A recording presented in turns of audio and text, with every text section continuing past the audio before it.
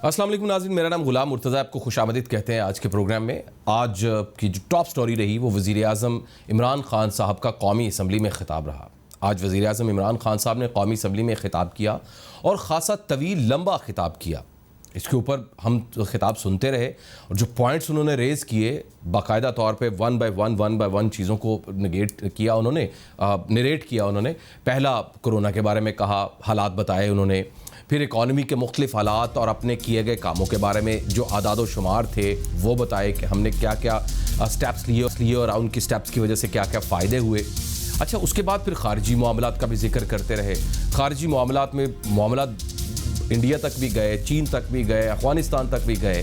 अच्छा, उसके दौरान में एहतसाबी अमल पर भी उन्होंने रोशनी डाली और बताया कि जनाब मैंने तो कभी शोर नहीं डाला कि मेरा पॉलिटिकल विक्टिमाइजेशन हो रही है या मेरा कोई सियासी इंतकाम मुझसे लिया जा रहा है। मुझसे पूछा जाता है तो मैं फौरी तौर पर हाजिर कर देता हूँ सब कुछ। इनसे पूछा जाता है, यानी अपोजिशन की तरफ इशारा करके कि इनसे अगर पूछा जाता है तो ये कहते हैं कि पॉलिटिकल विक्टिमाइजेशन की जा रही है।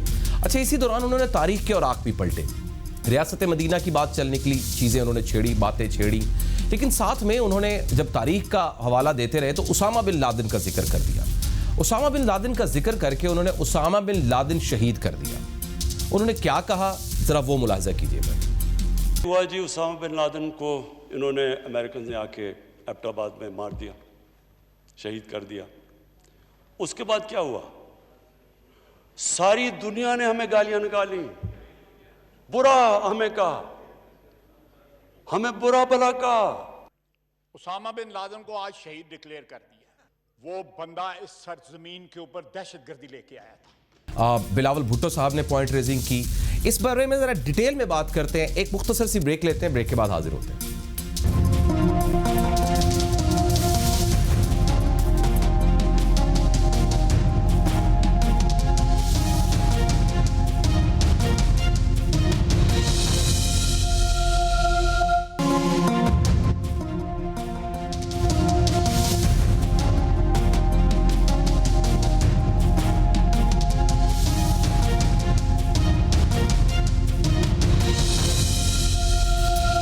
ब्रेक के बाद आपको खुशामदीद कहते हैं। जैसे कि हम बात कर रहे थे कि इमरान खान साहब ने आज कौमी असम्बली में ख़िताब किया और ख़िताब के अंदर कोरोना वायरस, उसके अलावा ख़ारजी महाज, इसके अलावा पाकिस्तान की इकॉनमी, एहतसाब का अमल, उसका जिक्र किया। लेकिन जब ख़ारजी महाज की बात कर रहे थे तो उन्होंने उसामा बिन लादेन का जिक्र किया और उसामा बिन लादेन को शहीद कर दिया और उसके बाद से एक नई डिबेट चल निकली है। उन्होंने आज कौमी असम्बली में क्या क्या पॉइंट रेज किए इकॉनमी के बारे में, वो ज़रा मुलाहिज़ा कीजिए। इन डॉलर टर्म्स सबसे बड़ा डेफिसिट था 20 अरब डॉलर का। मैं पाकिस्तानियों से पैसे इकट्ठे करता हूं अपने मुल्क के लिए। जब इतना बड़ा तजाद इंपोर्ट और एक्सपोर्ट पे हो तो इसका सबसे बड़ा इम्पैक्ट किधर जा रहा था? तो सबसे बड़ा मसला क्या? वो महंगाई। आज IMF ने आज उनकी ऑफिशियली उन्होंने उनकी फिगर निकली है। दुनिया की इकोनॉमी को 12 ट्रिलियन डॉलर्स का नुकसान हो चुका है। सारी दुनिया ये कह रही है कि 100 साल के अंदर ये सबसे बड़ा इकोनॉमिक क्राइसिस आया है। कोरोना के पीछे हम छुप रहे हैं और अपनी जो हमारी कमजोरियां वो छुपा रहे हैं कोरोना के पीछे। पैसे नहीं थे, जो लाइबिलिटीज थी, जो एक्सटर्नल लाइबिलिटीज थी, हमारे पास पैसे नहीं थे। दुनिया में गए, अपने दोस्तों के पास गए, पैसे मांगने गए कि जनाब हमारे पास रिजर्व नहीं है, हमारी मदद करें। मुझे कभी शर्म नहीं आई पैसे इकट्ठे करते हुए। जब मैं पाकिस्तानियों से पैसे इकट्ठे करता हूं अपने मुल्क के लिए, कोई शर्म नहीं आती। सैलाब के लिए, जलजले के लिए, तो अपने लोगों से पैसे इकट्ठे कर रहा हूं। शौकत खानम के लिए। जो मुझे शर्म आई, जब हम दूसरे लोगों से जाके अपने मुल्क के लिए पैसे मांगे। उसके बाद जब हमें मिली गवर्नमेंट 1.2 ट्रिलियन रुपीस की सर्कुलर डेट पहुंच गई, 1200 अरब कॉन्ट्रैक्ट्स। अब हम फंस कैसे गए? सारे कॉन्ट्रैक्ट्स पहले के साइन हुए हैं। किया ये जवाब हमारे से मांगे जा रहे, जवाब तो उनको देने चाहिए। हमने जो सबसे पहले अपना जो इकोनॉमी का शोबा खोला वो था कंस्ट्रक्शन। इस वक्त पाकिस्तान की तारीख में कभी भी कंस्ट्रक्शन सेक्टर को इतना ज़्यादा इंसेंटिवाइज नहीं किया जो आज किया गया।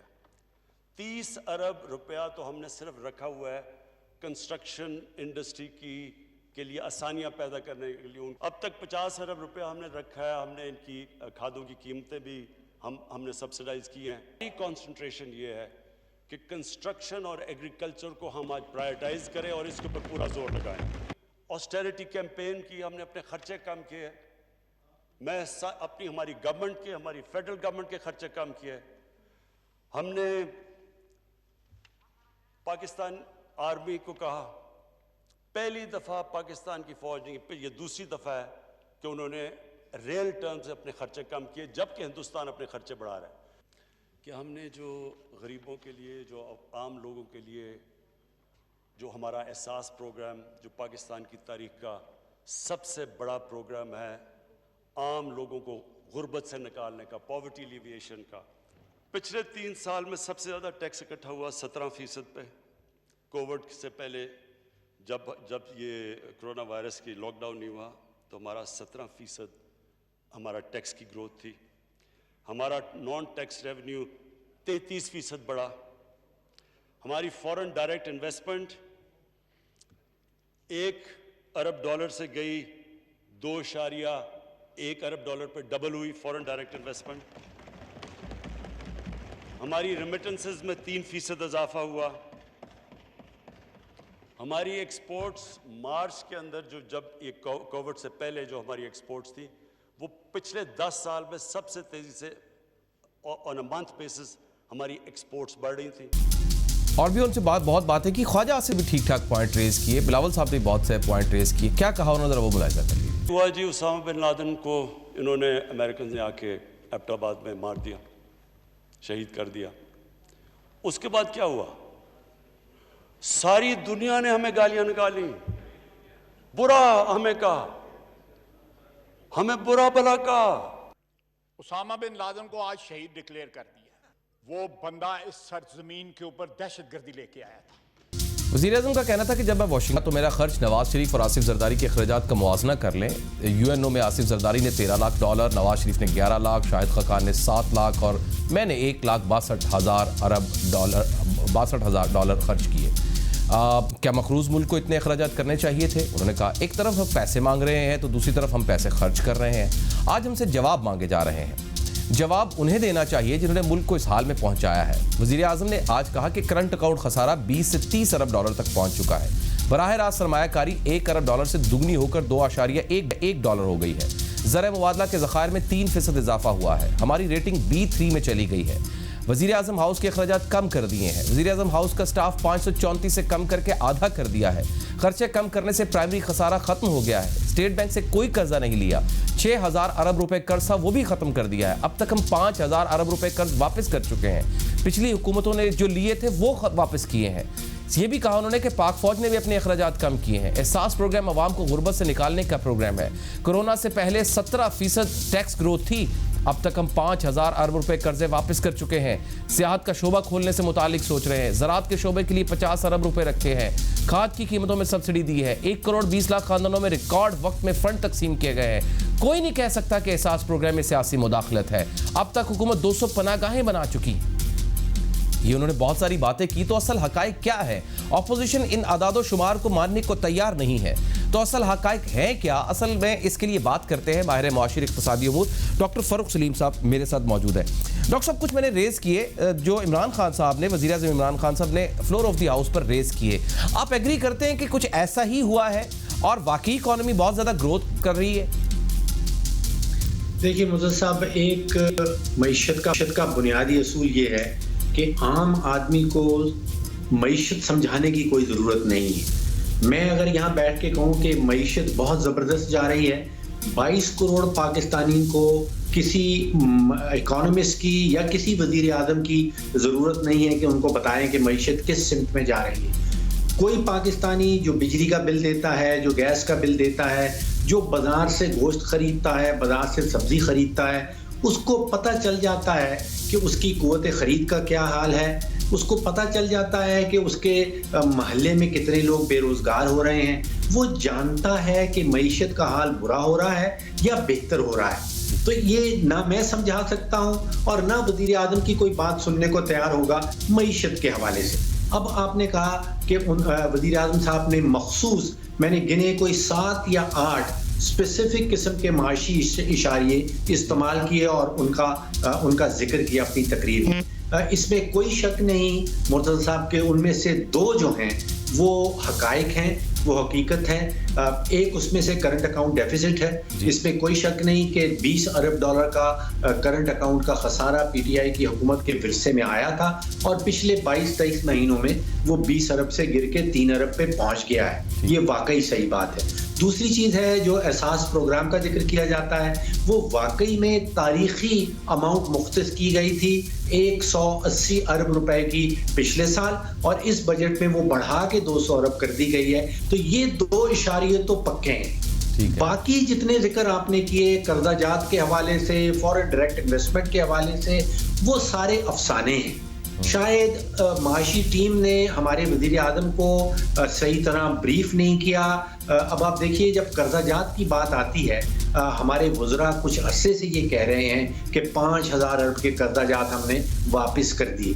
अगर आपने वाकई में वापस कर दिए तो फिर तो ये सिंपल एक हिसाब बनता है, एक मैथ का सवाल बनता है। पीटीआई की हुकूमत जब आई थी अगस्त 2018 में, तो उस वक्त हमारे कौमी कर्जा जात थे 30,000 अरब। अगर 5,000 अरब वापस कर दिए तो फिर आज 25,000 अरब होने चाहिए, लेकिन स्टेट बैंक ये कहता है कि वो आज 42,000 अरब है, यानी कि 30,000 से बढ़ के 42,000 अरब पहुंच गए हैं। तो जो नेट इजाफी कर्जे लिए हैं पीटीआई की हुकूमत ने, वो तकरीबन 12,000 अरब हैं पिछले 22 से 23 महीनों में। और अगर आप रोजाना का हिसाब लगा लें तो पीपल्स पार्टी औसतन रोज का 5,000 अरब लिया करती थी इजाफी कर्जा। फिर पीएमएलएन आई, हम रोते रहे, पीएमएलएन 8,000 अरब लिया करती थी और अब जो रिकॉर्ड टूटा है वो 18,000 अरब रुपया और रोजाना का इजाफी कर्जा लिया गया है पिछले 22 से 23 महीने में पीटीआई की हुकूमत के दौरान। तो सर्कुलर डेट का भी जिक्र किया वज़ीर आज़म साहब ने। वज़ीर आज़म साहब ने बिल्कुल दुरुस्त बताया कि अगस्त 2018 में सर्कुलर डेट तकरीबन 1200 अरब का था, लेकिन ये नहीं बताया कि आज वो गर्दिशी कर्जा बढ़ के 2,000 अरब पे पहुंच गया है, यानी कि 800 अरब रुपए का इजाफी गर्दिशी कर्जा हमारे ऊपर चढ़ा है पिछले 22 से 23 महीनों में। तो 2 चीजें हकीकत से बिल्कुल फैक्ट्स हैं, लेकिन बाकी अफसाने सुनाए गए हैं वज़ीर आज़म साहब को। और जो आम आदमी है मुर्तज़ा साहब, आम आदमी के जितनी बातें मैंने अभी की हैं वो सब बेकार है। आम आदमी देखता है कि महंगाई कितनी हो रही है, उसकी जेब से कितने रुपए जाते हैं गोश्त के लिए, सब्जी के लिए, बिजली के बिल के लिए, और आम आदमी देखता है कि बेरोजगारी कितनी हो रही है। पिछले साल भर में तकरीबन 80 लाख से 1 करोड़ इजाफी पाकिस्तानी बेरोजगार हुए हैं। और अब जो अगले वक्त आने चला है, अब आप देखिए कि हमारे बजट में हुकूमत ने ये कहा कि 2.1% से जीडीपी ग्रो करेगी। आईएमएफ ने कल कह दिया नहीं भाई 1% से करेगी। इसका मतलब तो ये नहीं था कि आईएमएफ ने हमारा बनाया हुआ बजट रिजेक्ट कर दिया है। तो अगले साल जो होने चला है, जिस रफ्तार से हमारी आबादी बढ़ रही है वो है तकरीबन 2.1%। अब अगर हमारी मईशत सिर्फ 1% बढ़ेगी, इसका मतलब है कि मजीद बेरोजगारी बढ़ेगी। हमें 13 से 14 लाख इजाफी नौकरियां क्रिएट करनी है इस मुल्क के अंदर, और यहाँ पे हम सोच रहे हैं कि कोई 1 करोड़ से जायद मजीद पाकिस्तानी बेरोजगार हो जाएंगे, कोई 2 से 2.5 करोड़ इजाफी पाकिस्तानी शरह गुर्बत से गिर जाएंगे। अच्छा डॉक्टर साहब, मैंने तकरीर में सुना उन्होंने 2 चीज़ों के ऊपर, 2 इशारियों के ऊपर बहुत ज़्यादा फोकस किया कि हम इसके ऊपर बहुत ज़्यादा इन्वेस्ट कर रहे हैं। एक एग्रीकल्चर सेक्टर के ऊपर और टेक्नोलॉजी के ऊपर, यानी सीड टेक्नोलॉजी जो है उसके ऊपर उन्होंने चाइना का जिक्र किया कि हम उनसे बहुत बात कर रहे हैं, उनसे टेक्नोलॉजी लाने की कोशिश कर रहे हैं। दूसरा उन्होंने एहसास प्रोग्राम की बात की। ज़रा दोनों को अलग अलग ज़रा खंगालिएगा कि वाकई हम उसकी ग्रोथ की तरफ जा रहे हैं। और एहसास प्रोग्राम जिस कोर ये रखा गया है कि इससे जो गरीब और अमीर का फ़र्क है वो कम होगा, मिट तो नहीं सकता है, वो कम होगा, गुर्बत में कमी आएगी।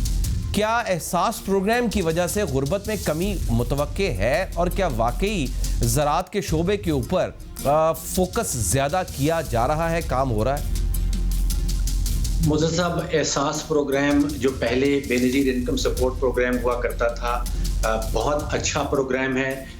ये निशानदेही करता है बहुत ही गरीब तरीन घरानों की और फिर कोशिश करता है कि उनको जिंदा रखा जा सके। इसका ऑब्जेक्टिव, इसका गोल कतन ये नहीं है कि अमीर और गरीब में फ़र्क ख़त्म कर दिया जाए। ये प्रोग्राम ये काम नहीं कर सकता। इसका मतलब ये भी नहीं है कि पाकिस्तान से गुर्बत ख़त्म कर दी जाए। इसका सिर्फ गोल ये है कि वो गरीब घराने जो गुर्बत की शरह से बहुत ही नीचे रहते हैं उनको जिंदा रखा जा सके, उनको सस्टेनेबल किस्म की इनकम दी जा सके।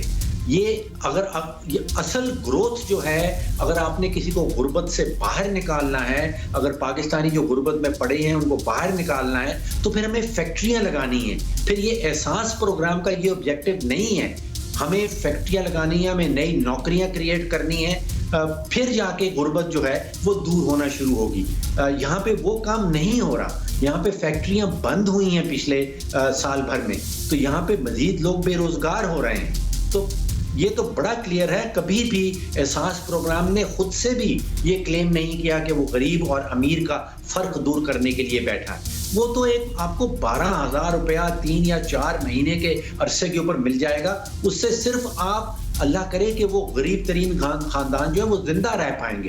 इनकी रिसर्च अच्छी है, इन्होंने निशानदेही गरीब खानदानों की बहुत उम्दा तरीके से की है, आलमी स्टैंडर्ड्स के मुताबिक की है, और आलमी इदारे जो हैं वो उसको सपोर्ट भी करना चाहते हैं और कर भी रहे हैं। लेकिन इसके मकासद वो नहीं है जो आपने कहे। ठीक, इसमें सर एक और चीज़ को ऐड कर लीजिएगा कि हम इसमें जो एक्सपोर्ट की बात की वज़ीर आज़म साहब ने कि कोरोना जब वायरस का अटैक होता है, ये मार्च से लेकर अब तक, फरवरी में पहला केसेस आया, आप अप्रैल तक ले लें, मार्च से ले लें, मार्च से पहले हमारी एक्सपोर्ट में बहुत ज़्यादा इजाफा हुआ।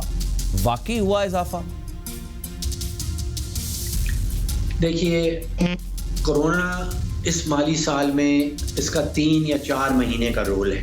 ठीक है। और जो माली साल गुजर रहा है इसमें 8 से 9 महीने ऐसे हैं जिसका कोरोना से कोई ताल्लुक नहीं है। ठीक। हमारी मईशत जो है, स्पेशली जीडीपी ग्रोथ के हवाले से, वो पहले ही गोता खा चुकी थी, वो पहले ही डाइव कर चुकी थी। कोई 5.5% जो छोड़ के गए थे, ये 1.9 पे पहुंच गई। और फिर ये माली साल जो गुजर रहा है इसमें हुकूमत खुद से ये कह रही है कि मनफी में चली गई है। अब मनफी में इकोनॉमिस्ट तो कह सकता है, लेकिन इसकी अगर आपने इंपॉर्टेंस देखनी है तो 1952 में मुझे एक साल नजर आया जिसमें पाकिस्तान की मईशत जो है वो मनफी में गई थी। यानी कि 68 साल का रिकॉर्ड टूटा है। ये आपकी और मेरी जिंदगी में कभी नहीं हुआ कि हमारी मईशत मनफी में चली जाए। तो बहुत ही तारीखी मामला है, इस पे बहुत ही गौर व खौस करने वाला मामला है कि 68 साल में पहली दफा अगर आपकी मईशत मनफी पे गई है तो आम आदमी बेरोजगारी के हवाले से उसके ऊपर क्या असर होगा, आम आदमी की गुर्बत के हवाले से उसके ऊपर क्या असर होगा। तो बड़े ही संगीन हालात हैं, इसमें कोई भी पॉजिटिव चीज इस वक्त नजर नहीं आ रही। अच्छा सर, एक और सवाल ये उठता है, ये एक पॉइंट उठाया जाता है कि एहसास प्रोग्राम जो है वो वाकई पॉजिटिव है, बड़ा अच्छा है, इम्पैक्ट हो सकता है उसका। क्या उससे मिलने वाला जो स्टैट है, क्या उससे हम रोज़गार के मौके दे सकते हैं उन लोगों को, या उनको स्किल्स दे सकते हैं आगे जाते हुए वक्तों के साथ, कि उनके घरों में से कोई स्किल्ड वर्कर तैयार किए जाएं, या उनको ट्रेनिंग दी जाए, या उनको किसी जगह पर, चाहे ये 1 करोड़ घर बनाने का मंसूबा है या किसी और जगह पर, उनको डायरेक्टली नौकरियां दी जाएं ताकि वो अपने घर को सपोर्ट कर सके। क्या उन स्टैट्स का ये फ़ायदा हो सकता है? ऐसा कोई फायदा होने वाला नहीं है, और ऐसा कोई फायदा हासिल करना इस वक्त एहसास प्रोग्राम का गोल भी नहीं है। जिस चीज का आप जिक्र कर रहे हैं उसको इकोनॉमिक्स में कहते हैं टारगेटेड एड। यानी कि आप किसी को इस शर्त पे वो 12,000 रुपए देंगे कि वो अपने बच्चे को स्कूल में भेजे या अपने बच्चे को किसी वोकेशनल इंस्टीट्यूट में कुछ सिखाने के लिए कोई चीज़ भेज दे, उसको कंडीशनल एड कहा जाती है। वो नेक्स्ट फेज है। वो अभी जो फेज हमारा चल रहा है पॉवर्टी लिविएशन के हवाले से, उसमें ये अनकंडीशनल ग्रांट्स हैं। हम कोई शर्त लगाए बगैर ये इमदाद करते हैं गरीब खानदानों की। जो आप जो बात कर रहे हैं वो होपफुली उम्मीद है कि नेक्स्ट फेज जो शुरू होगा उसमें हम एक कंडीशन लगा पाएंगे कि भाई अगर आप अपने बच्चे को स्कूल भेजेंगे तो फिर आपको ये मदद मिलेगी। अभी ऐसी कोई बात नहीं हो रही। ऑलराइट, बहुत बहुत शुक्रिया डॉक्टर साहब, thank you very much sir, thank you very much. हमेशा वक्त निकालते हैं, हमारी रहनुमाई करते हैं, बहुत मशकूर है सर हम आपके। एक ब्रेक लेते हैं नाज़रीन, और ब्रेक के बाद आज सुप्रीम कोर्ट में आज खुद नोटिस लिया गया। ये जो कोरोना के वायरस से मुताल्लिक पहले से था उसके ऊपर आज बड़ी सैर हासिल बातें भी हुई और बरहम बहुत हुई मुअज़्ज़ज़ अदालत। एक ब्रेक के बाद ज़रा इसका अहाता करते हैं।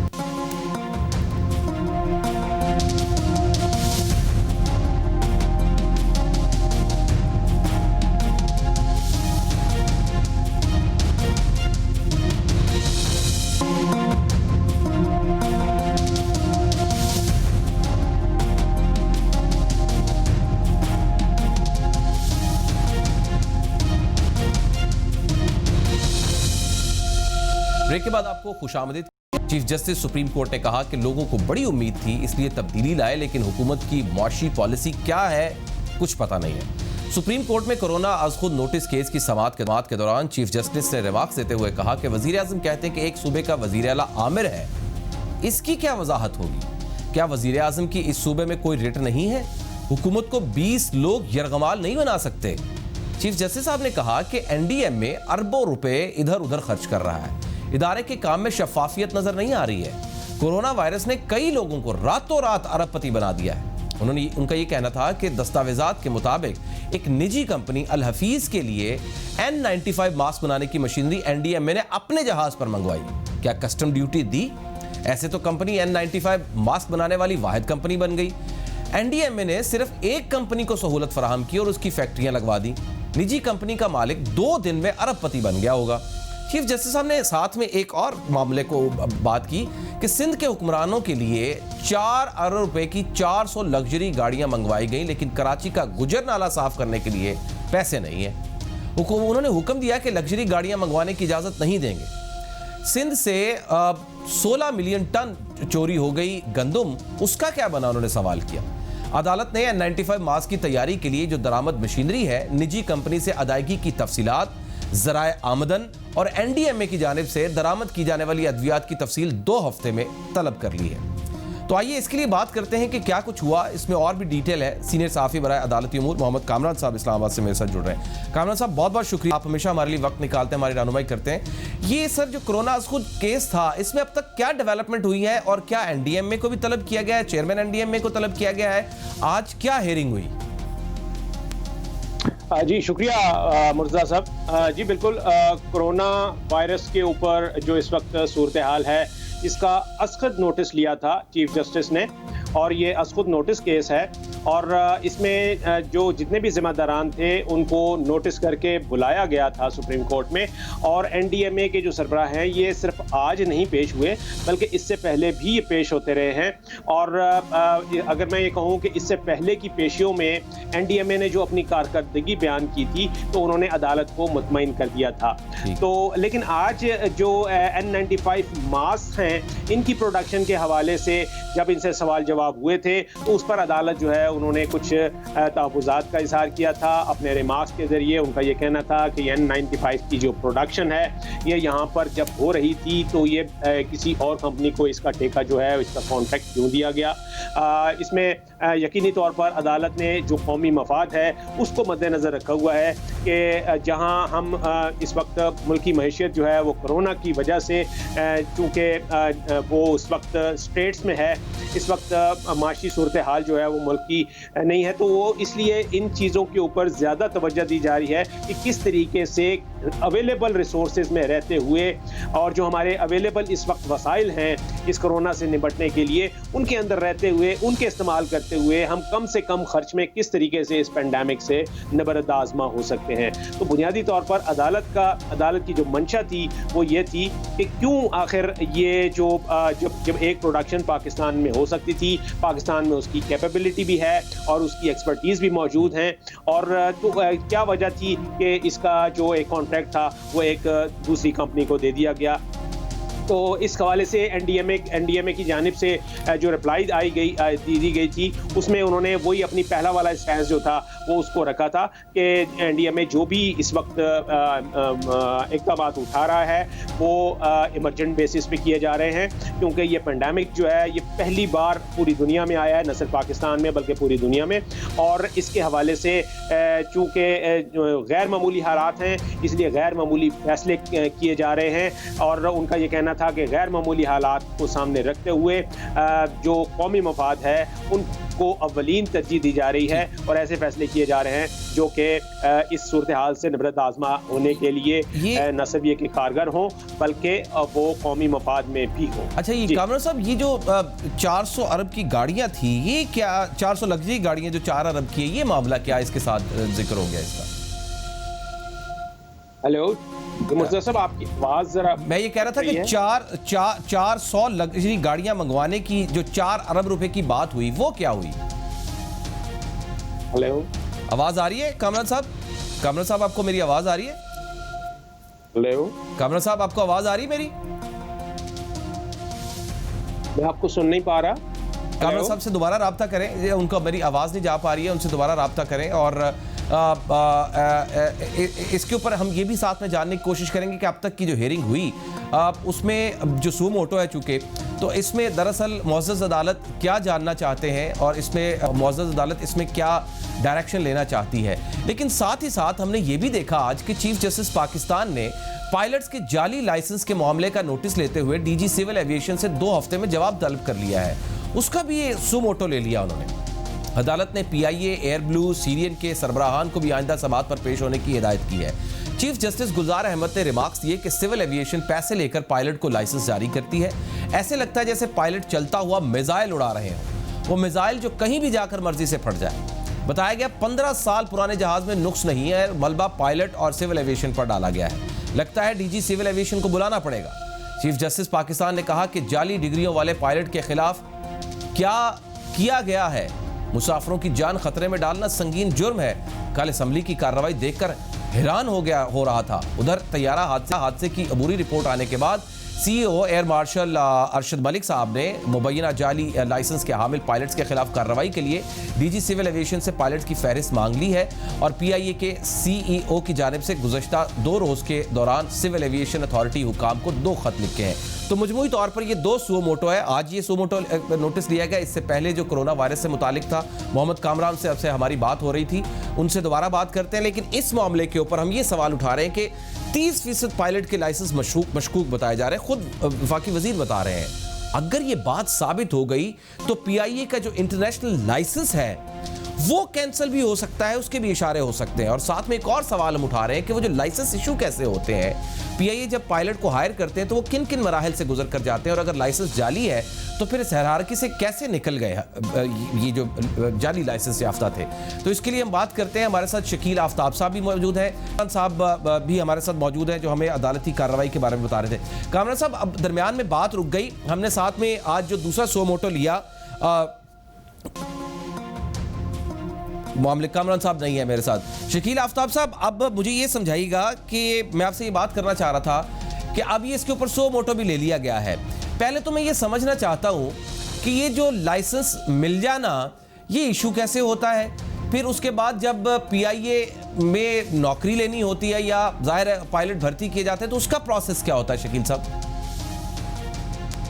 जनाब, लाइसेंस के लिए आपको सिविल एविएशन अथॉरिटी से रब्ता करना है। उसके 2 डिपार्टमेंट्स हैं। एक लाइसेंसिंग डिपार्टमेंट है जो इन्वॉल्व होता है और दूसरा फ्लाइट स्टैंडर्ड्स का डिपार्टमेंट है इन्वॉल्व होता है। ठीक है। आप जब मैट्रिक कर लेते हैं तो आप अप्लाई करते हैं विद मेडिकल रिकॉर्ड अपना एबिन इंस्टीट्यूट के, आप फ्लाइंग स्कूल के आप जो है जाके आप फ्लाइंग सीखनी चाहते हैं तो आप उसके लिए अप्लाई करते हैं, तो डॉक्यूमेंट लेते हैं फ्लाइंग स्कूल से, मेडिकल अपने डॉक्यूमेंट, मैट्रिक के डॉक्यूमेंट, आप जाके सिविल एविएशन का जो लाइसेंसिंग डिपार्टमेंट है उसको आप अप्लाई करते हैं। उसके बाद जो है सिविल एविएशन अथॉरिटी आपको सबसे पहले स्टूडेंट पायलट लाइसेंस इशू करता है, जिसको हम कहते हैं SPL। ठीक है। फिर आप जाते हैं फ्लाइंग स्कूल में, आप जाके फ्लाइंग अपनी करते हैं। जब आप अपने 200 घंटे पूरे कर लेते हैं, फिर आप दोबारा सिविल एविएशन अथॉरिटी के पास आते हैं कि जी मुझे आप या तो CPL दे दें या मुझे ATPL लाइसेंस दे दें। CPL जो होता है वो नॉर्मली सिंगल इंजन एयरक्राफ्ट के लिए CPL होता है, और ट्विन या 4 इंजन एयरक्राफ्ट के लिए जो ATPL का लाइसेंस हो, जो कि एयरलाइन ट्रांसपोर्ट पायलट लाइसेंस होता है। ठीक है। अच्छा, इस दौरान जो है जब आप अप्लाई करते हैं CPL के लिए या ATPL के लिए, अगेन आप सिविल एविएशन की तरफ जाते हैं। फिर उसमें जो दूसरा डिपार्टमेंट है which is a flight stand department, वो आपका इन्वॉल्व होता है। उनका काम ये होता है कि इनिशियली जो लाइसेंस SPL, CPL या ATPL, उसकी जो परमिशंस हैं वो ग्रांट करता है फ्लाइट स्टैंडर्ड वाले, उसको वो मॉनिटर और चेक भी वही करते हैं। उसके बाद जो है तकरीबन जो स्ट्रेंथ है फ्लाइट स्टैंडर्ड की, वो तकरीबन 10 से 12 के करीब इनके इंस्पेक्टर्स हैं, जो कि मोस्टली XPIA या एयर ब्लू या शाहीन के ये एक्स कैप्टन्स हैं, और ये बहुत एक्सपीरियंस लोग हैं जिनका कम से कम, ये सब ATPL लाइसेंस होल्डर्स होते हैं, और इनका कम से कम जो है 5000 घंटे का मिनिमम इनका एक्सपीरियंस होता है as per the regulation. Active pilot, इस वक्त जो मुल्क में हमारे एक्टिव पायलट्स हैं वो तकरीबन उनकी तादाद अप्रॉक्सीमेटली 600 के करीब है, जो कि कमर्शियल पायलट लाइसेंस और airline transport pilot licence holder हैं, जिसमें 500 के करीब तकरीबन आप समझ लीजिए कि PIA में होंगे, और बकाया जो है सरीन, एयर ब्लू और दूसरी एयरलाइनों के अंदर। सिविल एविएशन अथॉरिटी जो है, इसका जो फ्लाइट स्टैंडर्ड है, ये मजीद जो है हर 6 महीने के ऊपर जब ये आप इशू करते हैं इनको CPL या ATPL, तो इसका जो रिन्यूअल प्रोसेस होता है वो भी जाता है दोबारा सिविल एविएशन के पास।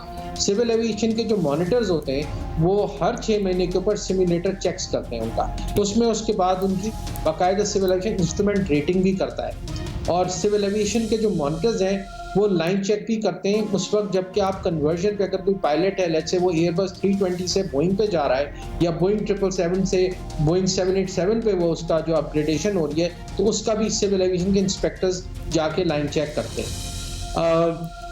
ये आपका प्रोसेस कंटिन्यू होता है। उसके बाद एयरलाइन जो है, एयरलाइन भी इन्वॉल्व रहती है।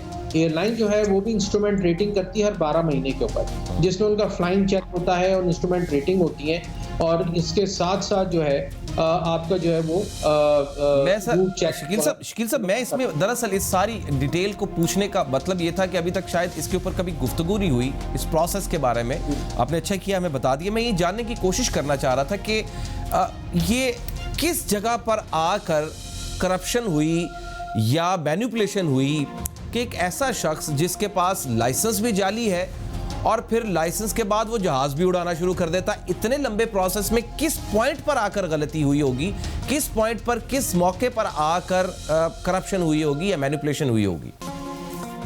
देखिए, मुझे जो इस वक्त जो चीज़ें समझ आ रही हैं, द वे थिंग्स आर, एक तो सिविल एविएशन अथॉरिटी का जो इदारा है उसके अंदर जो आपके लाइसेंसिंग डिपार्टमेंट है, अगर कोई जाता है उनके पास कि जी मुझे आप लाइसेंस दे दें या मेरी ये तालीम है, तो उनको जाहिर बात है यहाँ से जब हमारे बच्चे बाहर पढ़ने जाते हैं तो बाकायदा हायर एजुकेशन कमीशन से उनकी सब कुछ डिग्रियां उनकी चेक होती हैं और रिकन्फर्मेशन की जाती है। तो सिविल एविएशन का अगर आप किसी उनको लेके जाते हैं तो सिविल एविएशन की जिम्मेदारी बनती है लाइसेंस डिपार्टमेंट के आपके एजुकेशन के डॉक्यूमेंट्स चेक किए जाएं, और फिर अगर वो डॉक्यूमेंट्स लेके लेट्स से आपने CPL ले लिया है और आप PIA के पास जा रहे हैं और आपका एक PIA का एक सेट प्रोसीजर है जिसमें ऐड दिया जाता है फर्स्ट ऑफिसर या डायरेक्ट कैप्टन्स के लिए, उसके अंदर भी उनकी रिक्वायरमेंट HR को जाती है। वो रिक्वायरमेंट भी जो बड़ी अपने हिसाब से कुछ बना के दी जाती है कि जो रिटायर्ड फोर्सेस के लोग हैं जो अवेलेबल है वो उसमें ना आए। उसके बाद वो जो क्राइटेरिया कैंडिडेट्स मीट करते हैं वो शॉर्टलिस्ट होके जो है HR डिपार्टमेंट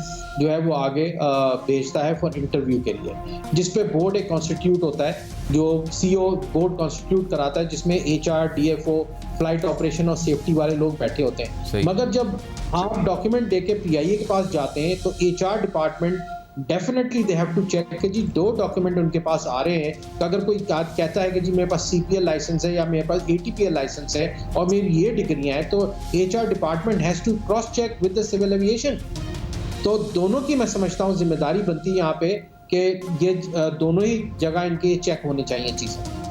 अच्छा शकील साहब, अगर खुदा न खास्ता वाकई ये 30% 40% के करीब बताया जा रहा है, अगर ये वाकई बात साबित हो गई और सच साबित हो गई, क्योंकि अब तो सुमोटो हो गया, अब तो सारे डॉक्यूमेंट्स खुलने हैं और अब तो अदालत में मामला चला गया है, अगर ये वाकई सच साबित हो गया तो ठीक है, हम उनके कैंसिल कर देंगे, उनको सजा दे देंगे, लेकिन इसके बाद इंटरनेशनल जो लाइसेंस है PIA का, इंटरनेशनल फ्लाइट का, क्या उसके ऊपर भी कोई असर हो सकता है? क्योंकि मैं मुख्तलिफ ओपिनियंस ले रहा था, उसमें कई मनसूख भी हो सकता है इस तरह के शक व शुबहात की वजह से।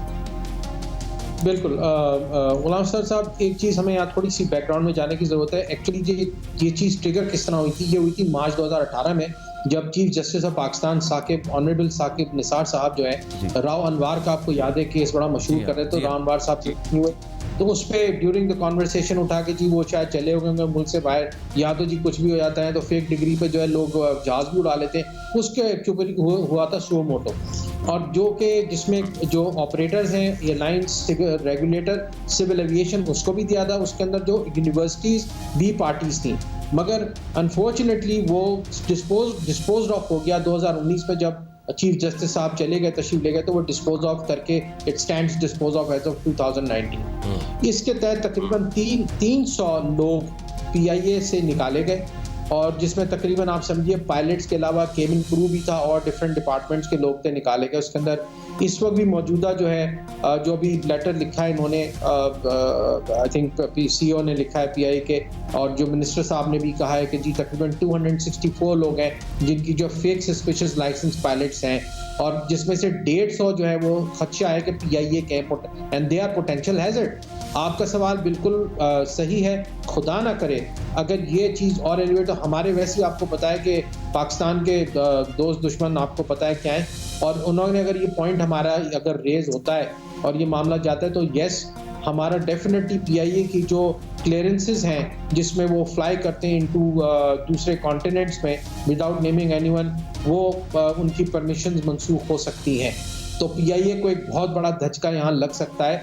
तो मैं समझता हूँ कि इस वक्त सिविल एविएशन की बहुत बड़ी जिम्मेदारी आई है, और बड़ा दुख के साथ कहना पड़ता है कि DG सिविल एविएशन है ही नहीं।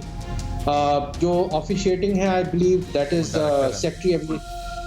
सेक्रेटरी एविएशन जो है वो ऑफिशिएटिंग वो होते हैं, DG सिविल एविएशन होते हैं, और जो सेक्रेटरी एविएशन है वो जाहिर बात है ब्यूरोक्रेसी से आते हैं, उनका कोई एविएशन का बैकग्राउंड नहीं है।